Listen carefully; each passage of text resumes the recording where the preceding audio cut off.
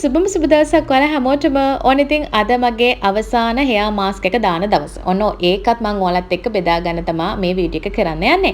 ඔයගොල්ලන්ට පේනවා ඉතින් මගේ කොණ්ඩේ දැන් සෑහෙන රිකවර් වෙලා තියෙන්නේ. කලින් තිබ්බ කොණ්ඩේ දැක්කනම් ඔයා ඇත්තටම ලොකු වෙනසක් ඔයගොල්ලන්ට බලා ගන්න පුළුවන් දැන් තියෙන කොණ්ඩෙත් එක්ක. මම අද දාන්නේ මගේ අවසාන මාස්ක් එක. ඊළඟ සතියේ මම කෙරටින් එක කරනවා. අනිවාර්යයෙන්ම කෙරටින් කරන වීඩියෝ එකත් ඔයගොල්ලන්ට අරගෙන එන්නම්. හරි. එහෙනම් අපි බලමු අද මගේ මාස්ක් එක කොහොමද හදන්නේ කියලා. ඉස්සෙල්ලා මම ගන්නේ බිත්තර කහ මදේ විතරයි අද ගන්න. බිත්තර කහ මදේ කියන්නේ ගොඩාක් ප්‍රෝටීන් තියෙන කොටසක්නේ. ඊළඟට මම මේකට එකතු කර ගන්නවා යෝගට්. ඊට පස්සේ මේක හොඳට මික්ස් කරලා ක්‍රීම් එකක් හදා ගන්නවා.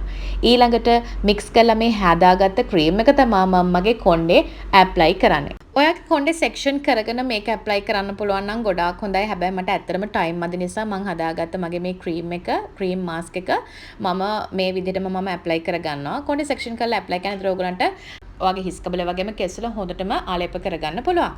මම ඉස්සෙල්ලාම ආලේප කරන මගේ හිස් කබලේ හොඳට ආලේප කරලා ඊළඟට කෙස් මුල සිට අගට හොඳට ගා ගන්නවා.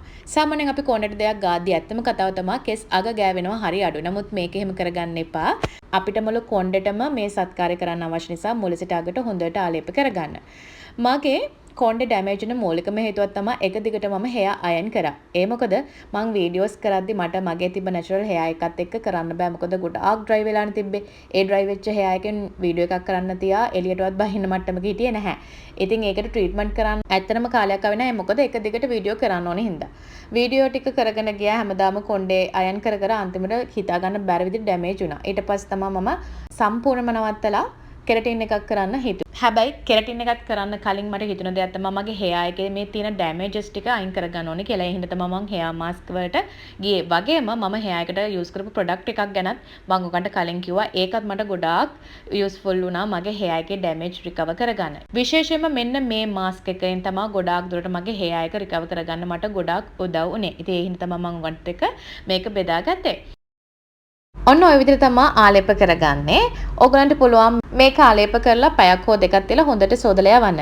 සතියේ දවස් දෙක ගානේ මාසයක් කරලා බලන්න. ඒකේ රිසල්ට් එක අනිවාර්යෙන් ඔයාව පුදුම කරනවා. මොකද මම ඒකේ රිසල්ට් එක අරගෙන තමයි ඔයාලට මේ කතා කරන්නේ. එහෙනම් ඉතින් ওই විදිහට තමයි මගේ හෙයා මාස්ක් රූටින් එක අවසන් වෙන්නේ. ඊළඟ සතිය අනිවාර්යෙන් ඔයගන්ට මම අරන් එන්නම් හෙයා කෙරටින් එක කොහොමද කරන්න කියලා. ඉතින් ඔයාලට පුළුවන් මාව subscribe කරලා තිබ්බොත් මේ වගේම වැදගත් වීඩියෝ බලන්න. YouTube එකේ වගේම ඔයගන්ට පුළුවන් මාව TikTok, Instagram, Facebook එකෙත් follow කරන්න like එකක් දාලා තියාගන්න. ඉතින් මේක උගලන්ට වැදගත් වුණා කියලා හිතනවා නම් මට like එකක් දාලා comment එකක් දාන්න. එහෙනම් ගිහින් එන්නම් ඔයාලා හැමෝටම සුබ දවසක්.